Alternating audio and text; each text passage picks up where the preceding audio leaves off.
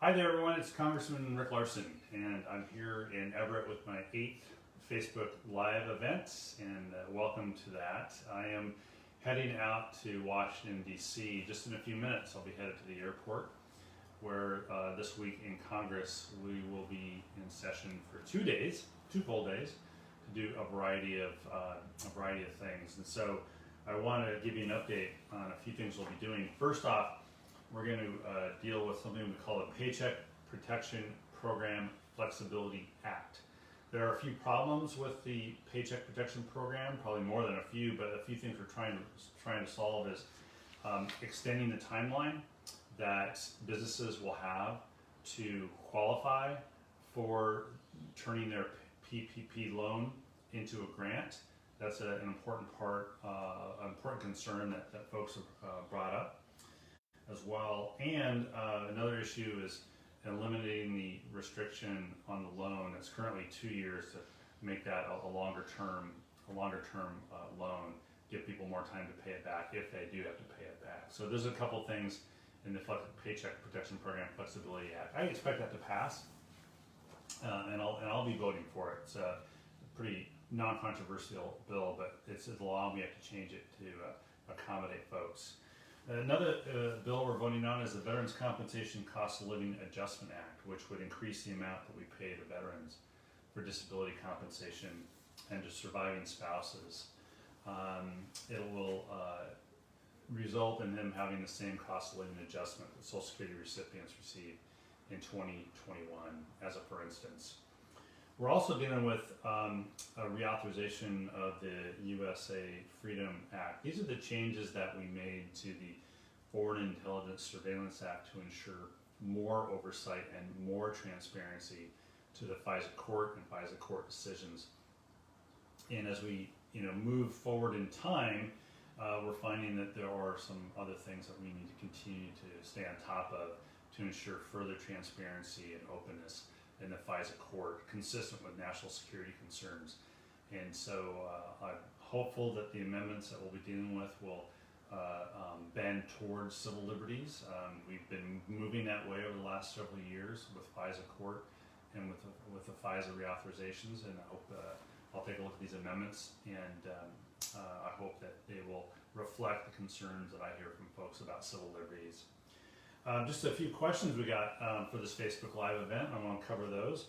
Someone says, I hope you can talk about what's going on for a push for voting by mail nationwide. What are barriers? What's realistic, and so on. So I support a national mail-in system. We, in our state, have a mail-in ballot system. It works very well. There are low instances of fraud. In fact, there are actually more instances of shark attacks than there are of voter fraud in the United States. And so that's an actual stat. And but our mail-in system works very well. I want to move to a national mail-in system, but I don't think we'll be able to get that bill passed this year. We did include $400 million in the first COVID-19 response bill to help states deal with national emergency in elections. And so if we're sort of in this reopening period or a lockdown period around the election this fall, states will be able to use those federal dollars to help accommodate any changes that they need to make to their election system to ensure free and fair elections here in the United States.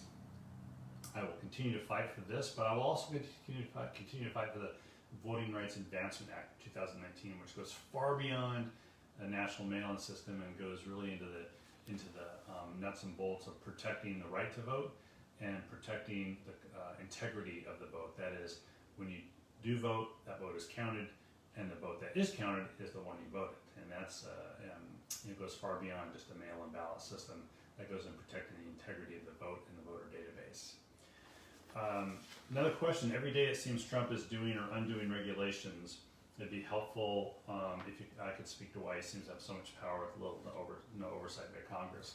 Well, I would argue that there's a lot of oversight by Congress taking place. It's kind of why you hear about it in the news, what the president is doing, because of oversight by Congress. And the media continues to be very active in covering the president. And our courts as well have been very active in covering, responding to lawsuits as part of the checks and balances and separation of powers that are in our Constitution. So I guess I would argue the premise of the question that there's little to no oversight by Congress. Congress is one way to do oversight, and we are doing that. We still meet in committees. I've got committee briefings this week, and I had some last week. We did them by Zoom. So we're staying on top of a variety of issues in the committees I have, including the Armed Services Committee and the Transportation Committee. And so, but a president, not just this president, a president has a lot of power in Wisconsin, the Constitution, and they get to exercise that. Congress gets to exercise our power as well, and we'll be doing that. We are doing that, and but we have a lot of work to do still to maintain oversight on this president, and I would guess he's going to continue to push the envelope on what he believes he can get away with, and Congress will continue to push back. A question here about Snohomish County remains a hotspot 3 months into the COVID-19. Do you know of any state efforts to contact trace and quarantine here? Yeah, I was on a call back this morning with Governor Inslee's team and Governor Inslee, and the contact tracing has begun.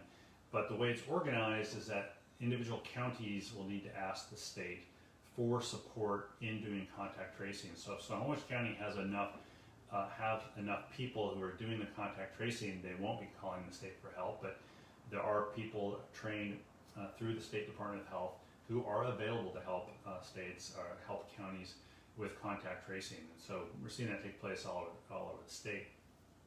But currently, Snohomish County is not eligible to apply for an accelerated reopening.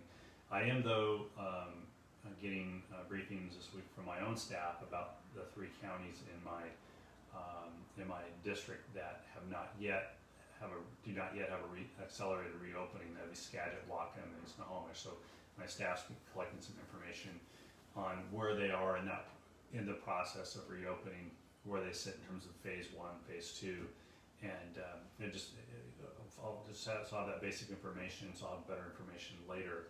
But I will say this is not a decision I get to make. It's a decision that the State Department of Health makes in conjunction with individual counties. And Island and San Juan counties have both been approved for accelerated reopening, and those are two of the 5 counties in my district. So it's a little bit of a hit and miss, but the criteria for reopening is up on the website. The counties know what they need to do to hit those metrics, hit those targets, and I expect them to continue to move forward on that. So those are the questions I have this morning for the Facebook Live event. Appreciate this. We'll be back on Facebook Live probably the next couple of weeks, if not sooner than that, to continue your conversation. So keep the questions coming, and I'll do my best to get the answers to you. Thanks a lot.